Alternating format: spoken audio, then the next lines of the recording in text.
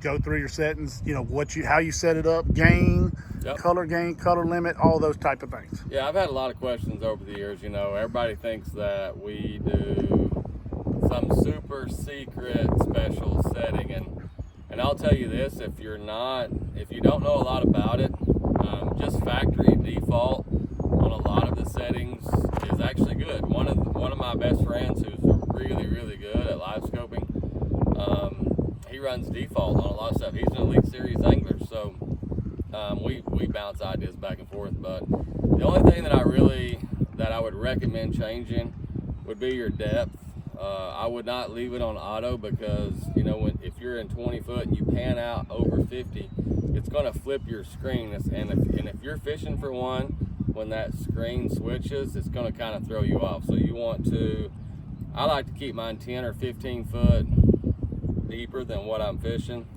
As far as gain, it depends on the lake. It depends on the area of the lake. If you're in a hard bottom, you're going to run less gain than you would be if you're in a soft bottom. A good number to start on, 65, 66.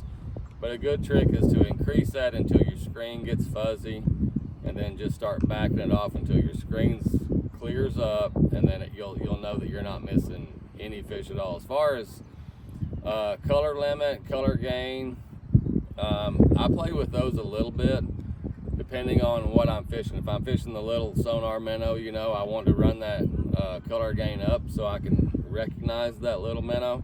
If I'm throwing bigger baits like a spinner bait or a jerk bait or something like that, if I need more separation, if like the trees are or the fish are really, really tight in the trees, I'll back it off a little bit, because if you increase it, it kind of blends some stuff together. So a guy has to play with that. But the good thing that Garmin does, you have factory reset.